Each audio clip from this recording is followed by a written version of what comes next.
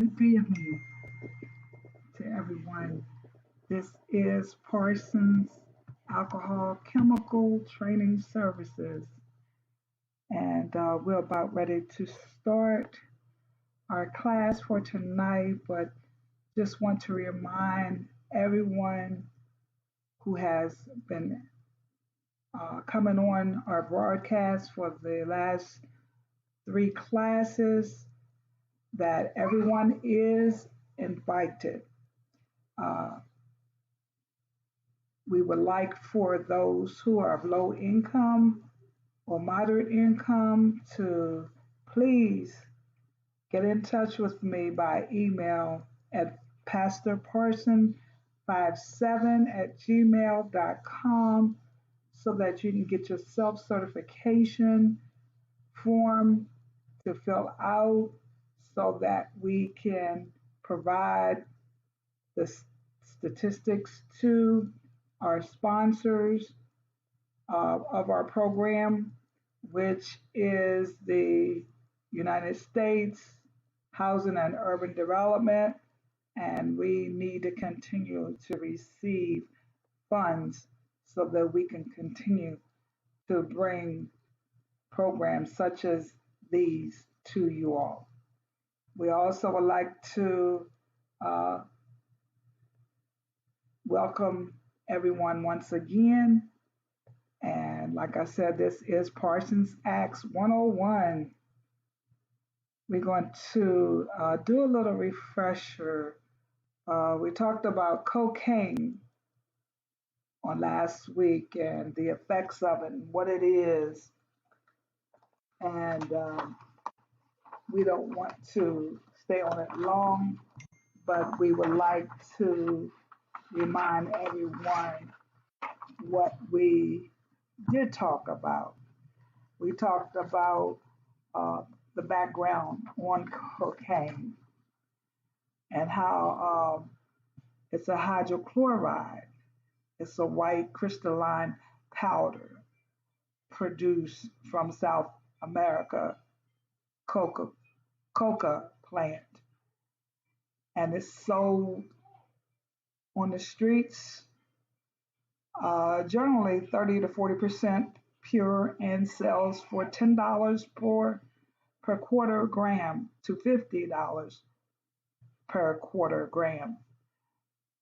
We also learned that according to the National Institute on Drug Abuse, NIDA, the euphoric effect produced by smoking cocaine is far more intense than if cocaine is ingested through snorting, and is at least equal to, if not surpassing, that obtained through injection. We talked about cocaine's effects. It's a central nervous system stimulant like amphetamines. It causes a feeling of energy, but it also has the numbing effect of some narcotics. Also, we talked about some applications, statements of former cocaine abusers. I know many remember the 4 or 5 people that we had some testimonies of. This week, we are going to be on lesson 3, and we're going to talk about crack tonight. Our outline will be as follows. We're going to give the general information. The first part will be a form of cocaine, symptoms of crack abuse, crack's effect on the body, crack's psychological effects, and the application is going to be some visual application and some more if we have time. So let's go into our lesson for tonight. My notes, I have to get my notes out here. Okay. Crack is a relatively new form of cocaine developed for smoking, And as I mentioned before, uh, I had somebody to tell me how degrading crack is, and they were being critical of different ones he or she knew that was smoking crack. And I asked the question, I said, how can you be downing them when you snort it? So that individual had to let me know he was a rich person's, he uses a rich person's drug, that it costs a lot more to snort cocaine than, but I didn't feel as though that was something to brag about or to talk about to me because, you know, all of it's wrong. All of it's detrimental to your health. All of it is going to do some damage to your bodies. It's unhealthy. It's not legal. So it's a lot to consider there. So we have no right to down anybody that uses any of it. So it says it's relatively a new form of cocaine. And because cocaine hydrochloride will decompose if smoked directly, the hydrochloride must be converted back to a relatively pure base state, which is known as freebasing, before it is suitable for smoking. Freebasing, what is that? It was introduced as a way to smoke cocaine, huh, during the late 70s. And the base is produced from the hydrochloride using volatile chemicals, generally either an elaborate paraphernalia, such as acetylene or butane torches. The process is dangerous and cumbersome and has resulted in numerous explosions and burns to individuals. Anything that's going to do that much harm, I can speak for myself, I don't need it. But I would think that everybody would say, I don't need it because it is dangerous. Unlike cocaine, it has manufactured in the traditional freebase process. Crack, an off-white substance resembling coagulated soap powder. It is manufactured by converting hydrochloride back to a base, primarily by using baking soda and water. Now, baking soda and water is very cheap. And I remember in studying in school in biology when we used baking soda and water, how that it fizz and it did some stuff. And even when we were putting together a volcano in science class, how powerful it was and how we use certain other chemicals to go along with it, how that it caused a reaction. It did what we wanted to do in that particular study.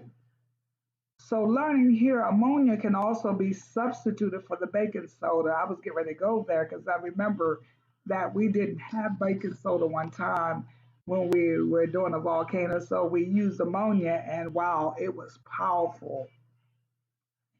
This method of preparation does not involve the use of heated volatile substances and consequently uh, virtually eliminates the dangers of explosions and fires encountered in conventional freebasing. And after conversion, the product is sold in ready to smoke form and can be sprinkled on a cigarette or smoked in a pipe.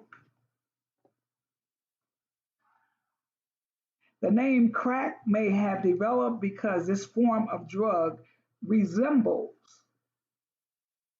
cracked paint chips, or because it makes a crackling noise when smoked. I done learned something new tonight because I didn't know that. It resembles cracked paint chips, or because it makes a crackling noise when smoked. Crack, which is called rock, and cooked cocaine, is sold almost exclusive by low-level retail dealers. Reports of quantities seized from these dealers infrequently exceed 1 ounce. Now, uh, you may want to get a pen and piece of paper so that you can write down this information that I'm presenting tonight, because this information will bring more awareness to you, make you an educated person, and it will also make you think before you even decide or think about using this drug.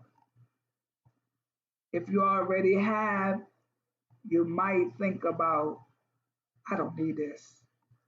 I don't want to do all this damage to my body.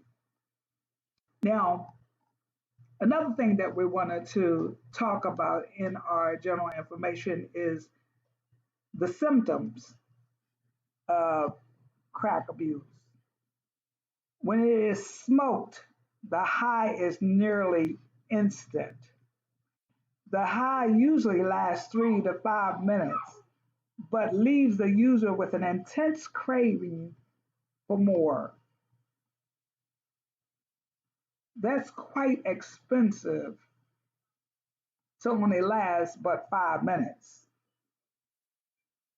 and then cause you to crave more and more and more. And that's how people become homeless.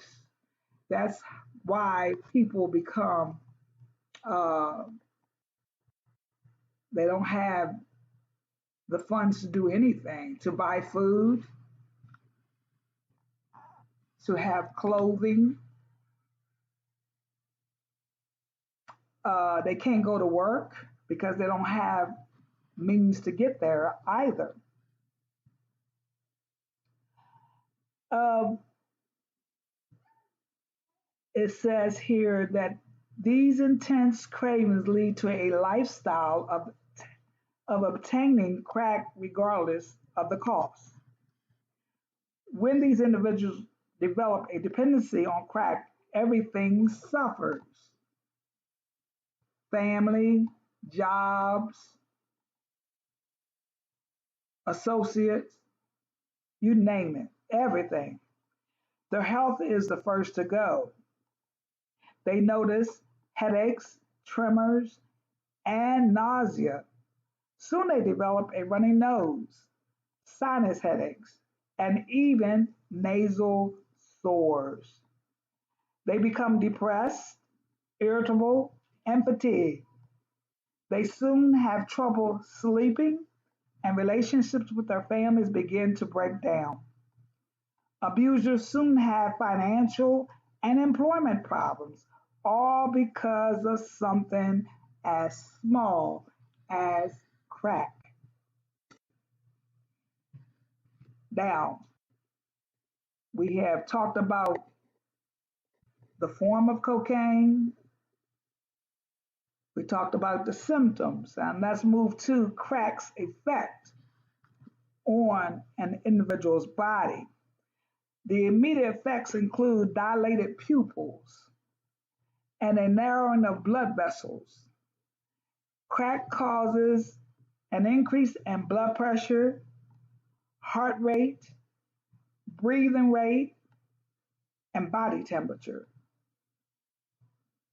Crack users lose their appetites and have trouble sleeping.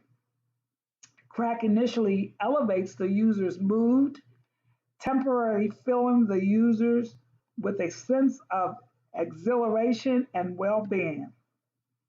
As these effects wear off, however, the user's mind and body slide into a depression characterized by a letdown feeling, dullness, tenseness, tenseness, and edginess.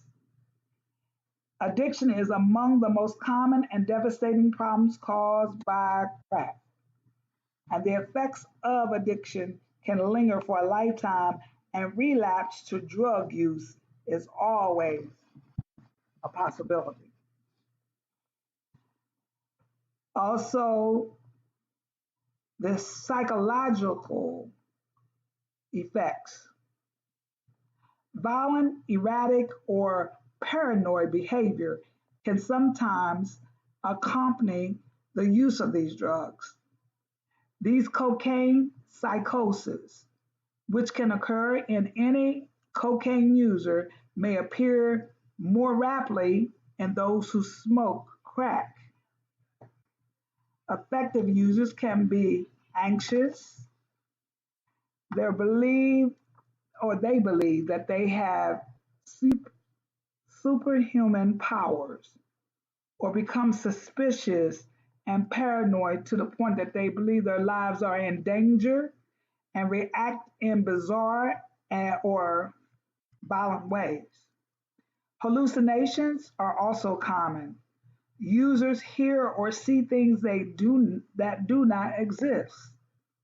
They may experience coke, bugs, a sensation of imaginary insects crawling over their skin. Other psychological effects can include profound personality changes, particularly in those who use cocaine or crack daily, or those who subject themselves to periods of uncontrolled use or binges.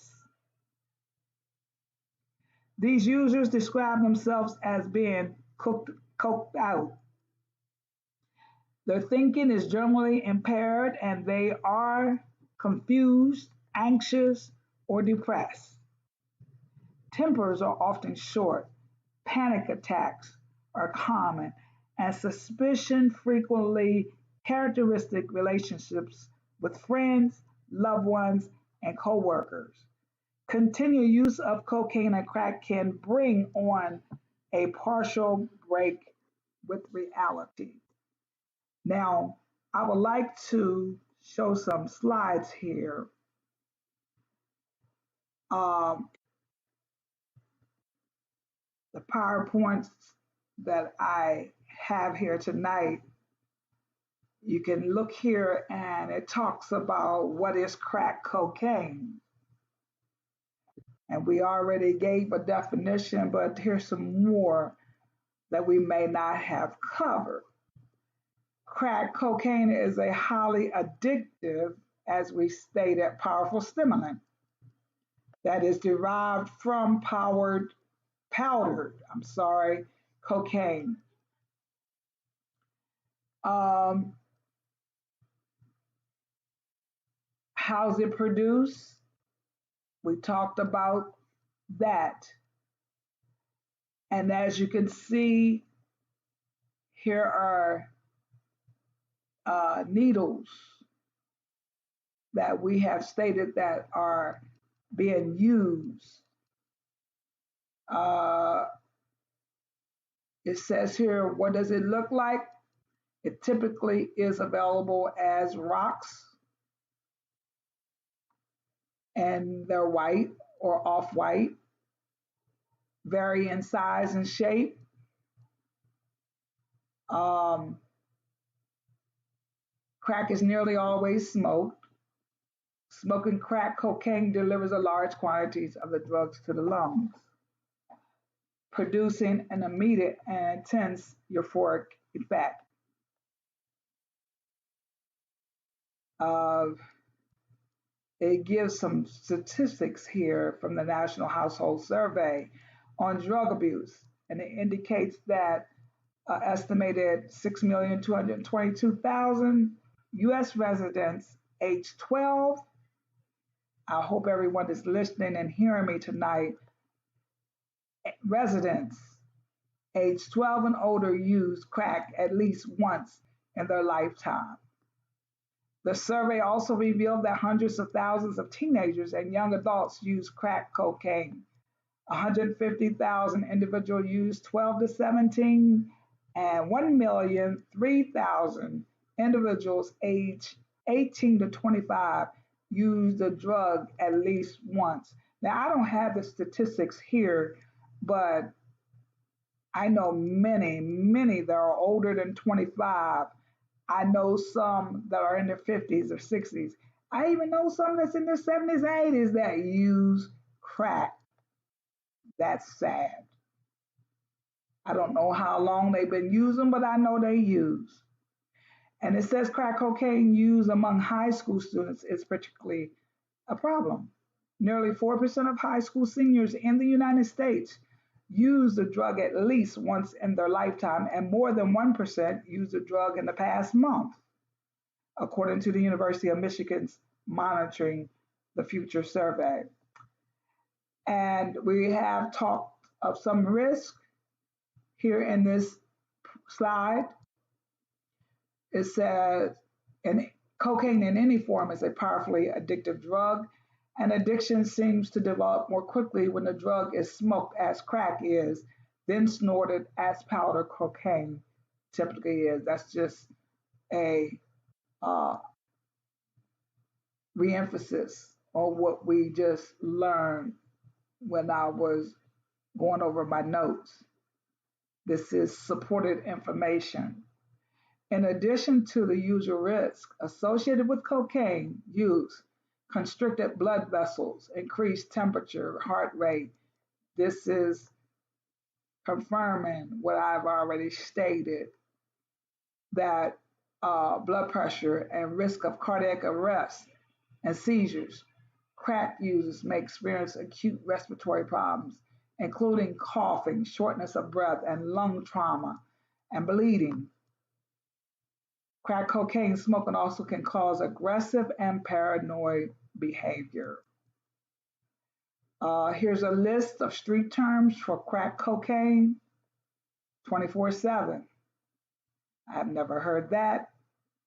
Hardball, bad rock, hard rock, beat, hotcakes, candy, ice cube, chemical, jelly beans, and the list goes on and on.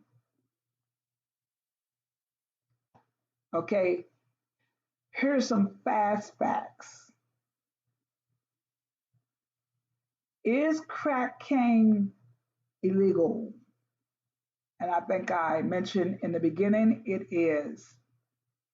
Crack cocaine is a Schedule II substance under the Controlled Substances Act. Schedule II drugs, which include PCP and methamphetamine, have a high potential for abuse. Abuse of these drugs may lead to severe psychological or physical dependence.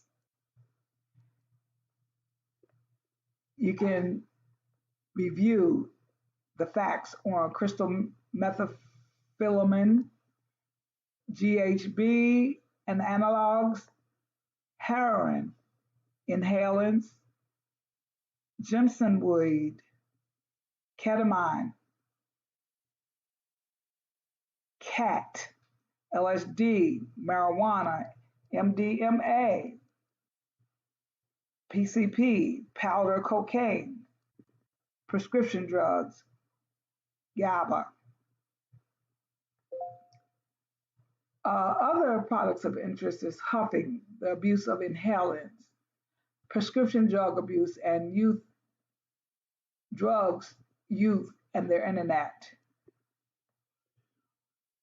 Okay, I just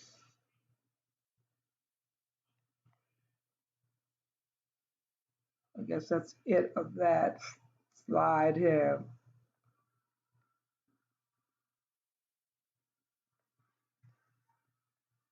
There may be, I know we said we are going to be here for an hour and a half, but our platforms here do not allow us to go over 45 minutes. So we want to be able to have um, some questions for those who may have questions. And we ask that you put your questions up.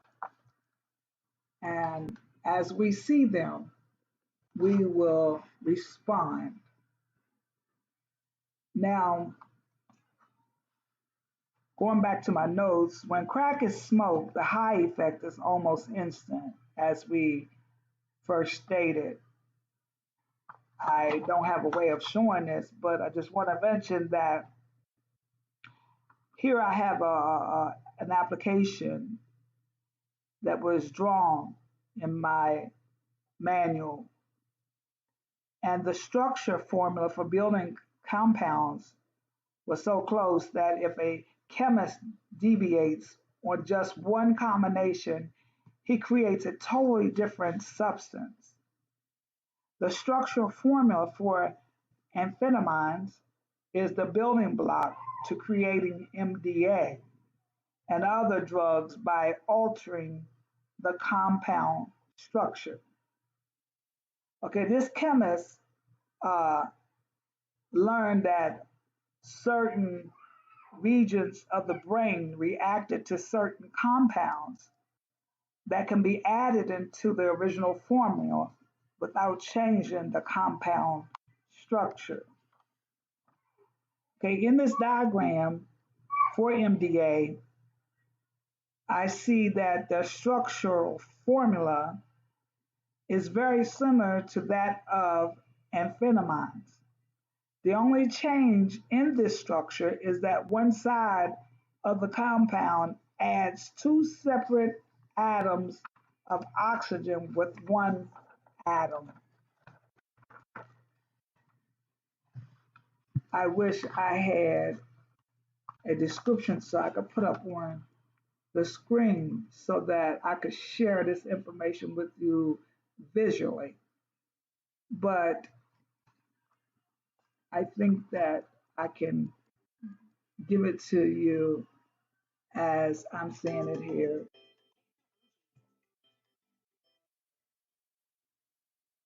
Okay, here's another diagram. The structural formula for um, mescaline is slightly different on both sides of the compound, but it still shows how similar the basic compounds for these drugs are and how easy it is to create one drug while attempting to create something else. This application is not intended to help anyone cook up drugs in their room, but to show that in a quest to create a powerful drug, you could actually create something that could be potentially deadly or harmful. Now, I want to talk about the Tower of Babel.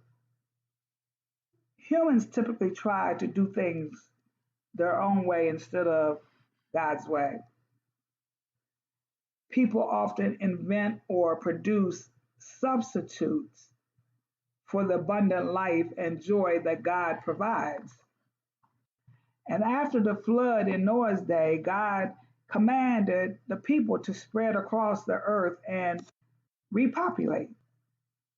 Instead, they met together and decided to build a city and a tower whose top would reach to heaven, and in this way make a great name for themselves. Perhaps they also imagined that they could thereby escape any future judgment of God. In any case, it is clear that they did not include God in their plans, but were motivated by pride and self will. Consequently, God brought an end to their work by confusing the language. Whenever someone wants something bad enough, they eventually try to obtain it, excuse me, in any way that they can. But instead, we should seek to do the will of God, no matter how we desire something. We need to find out what God wants and do things His way to the end. His way is better for physically and spiritually. Now, why did I go there? Because we are made up of body, soul, and spirit. Spirit, and we tend to forget that. I don't come on here to preach to anyone, but to remind you that you cannot get yourself healed if you forget to take care of the other parts of your body, soul, and spirit. Now, I have talked about some health hazards about using crack. I have discussed some of the harmful effects crack usage has on the family. I have discussed some of the harmful effects that crack usage has on society.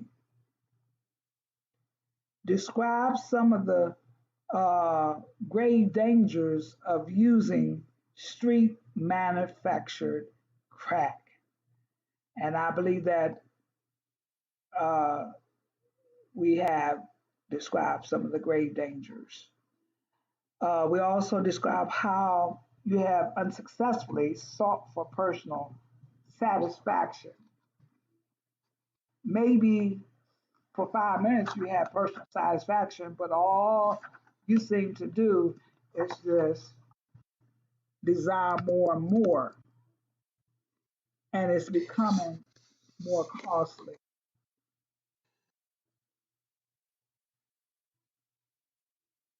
We have concluded with cocaine. And our next drug that we're going to start on tonight, we won't finish it, but it's going to be marijuana. Now, you will find that a lot of people are using it right now because in most states, I'm not going to say all states because some have legalized marijuana for various reasons, for medical support. And I believe that state of Maryland is getting ready to legalize next year or maybe this year. And we're going to start out with the general information about marijuana. It is about 8:03, and we have about 12 minutes. And I just want to talk about the general information, and then we will open up with some questions. It states here in my notes that marijuana is one of the most widely used drugs among young people. Well, I can't only say young people because I'm finding out there are some older people who are using marijuana for a recreational drug. 68% of young adults aged 18 to 24 have used marijuana at least once, and 31% of children aged 12 to 17 have tried it. One out of 20 high school seniors smoke marijuana daily. Marijuana is derived from the hemp plant, cannabis sativa, which grows throughout the world and is more common in tropical areas.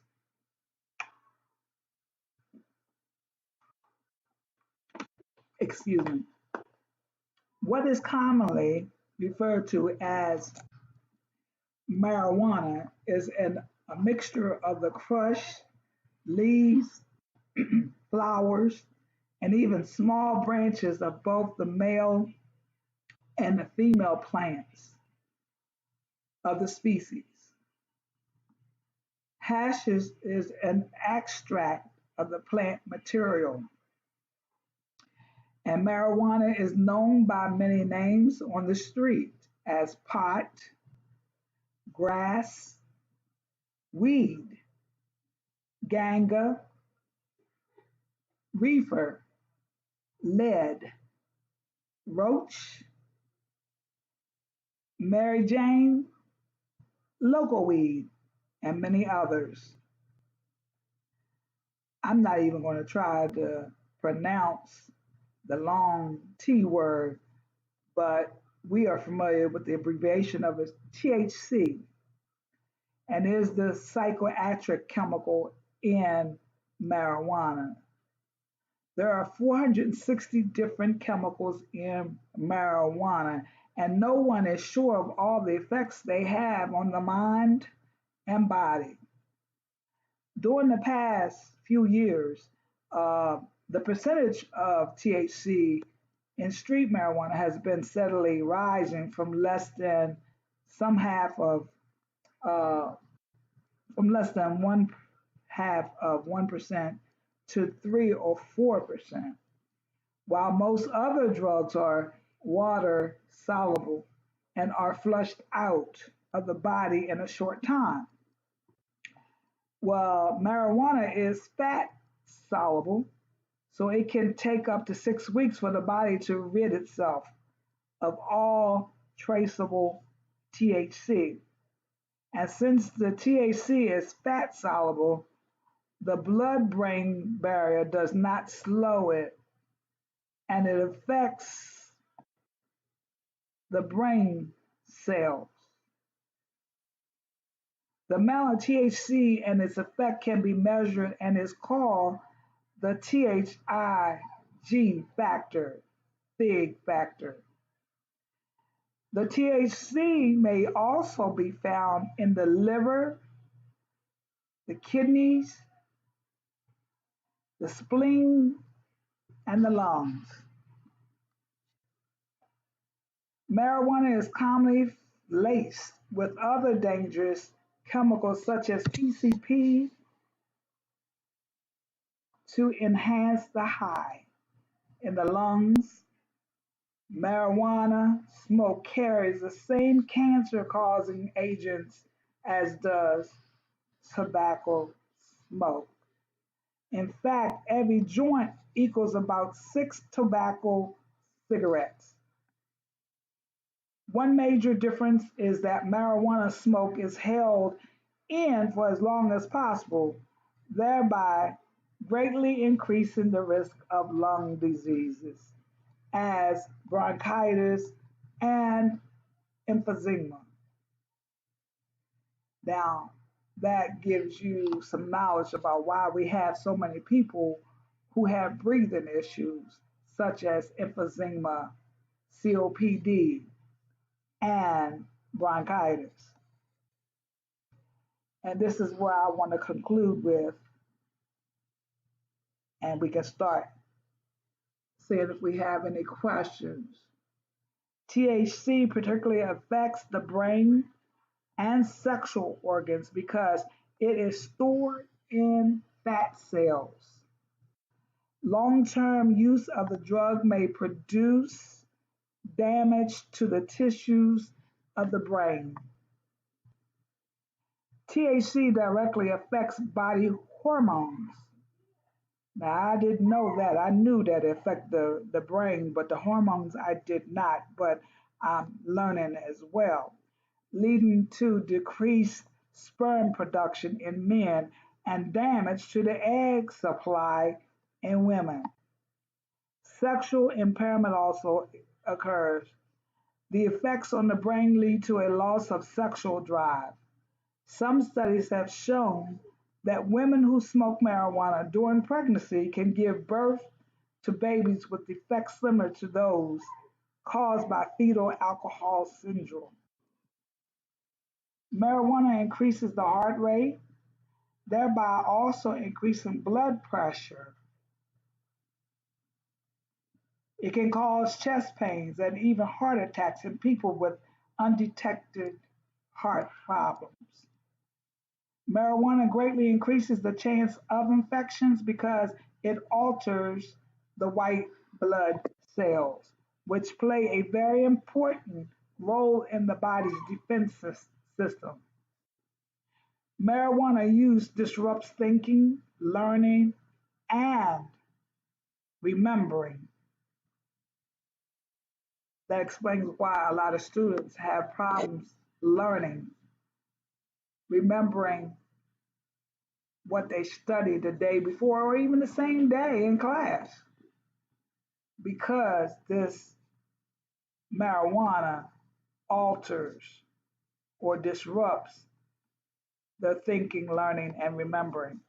High doses can cause hallucinations, anxiety, and even paranoia.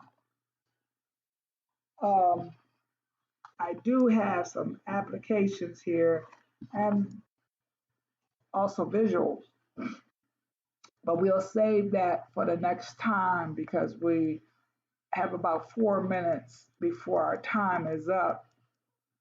But there may be somebody that has a question, and we're going to open up for questions. If you're on social media, you can click on and write your question, and when it shows up here, then we can comment back to your question.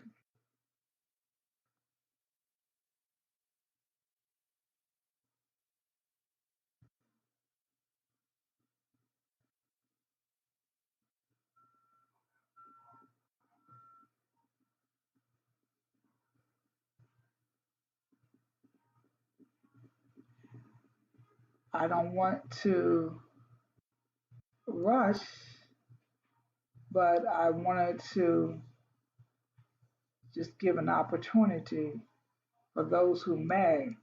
And as I've stated so many times, you may not feel comfortable in putting your question out here, but you can email me at pastorparson57@gmail.com and I will respond. And if I don't have the answer, I will make sure I get the answer for you.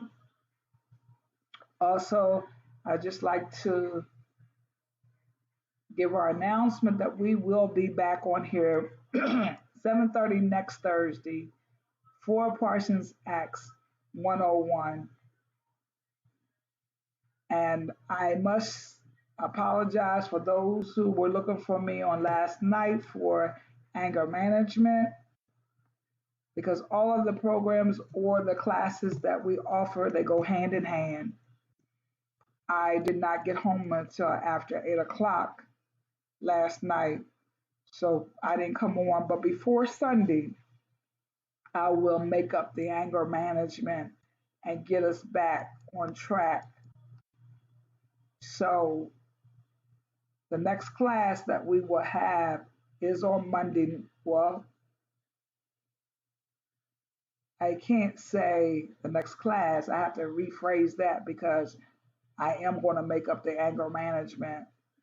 And I probably will make that up on Saturday night or Saturday afternoon. So I will schedule the broadcast tomorrow probably or even Saturday morning.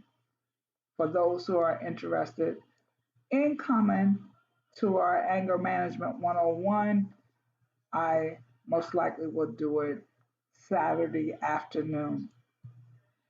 And if evening classes are not suitable for you, send me an email, pastorparson57 at gmail, and I will do some other classes that will meet your schedule. Monday night is Wounded Families, and that class is at 8 p.m. So to 8 to 9:15, that will be our 45-minute period.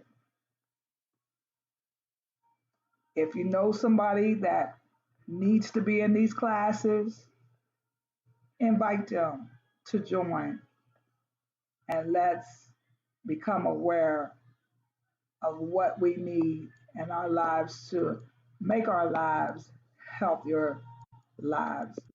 And let's come and stop the bleeding in our lives. Take off the band aid, clean up the wounds, stop self medicating. See how I'm making a picture here for you to focus on and see that it all goes hand in hand. And when we do all this, we will see ourselves becoming whole, becoming healthier individuals. But you must have the desire to want to heal, have the desire to stop the bleeding in your life, have the desire to become uh, lively individuals, healthy, functional individuals. So, if nothing else, we're going to end our class. God loves you, so do I, and I will see you the next time, whether it be Saturday afternoon, Monday evening, Wednesday evening, or Thursday evening. I will be here. Come and meet me here at those times that have been set aside for these classes. God be with you.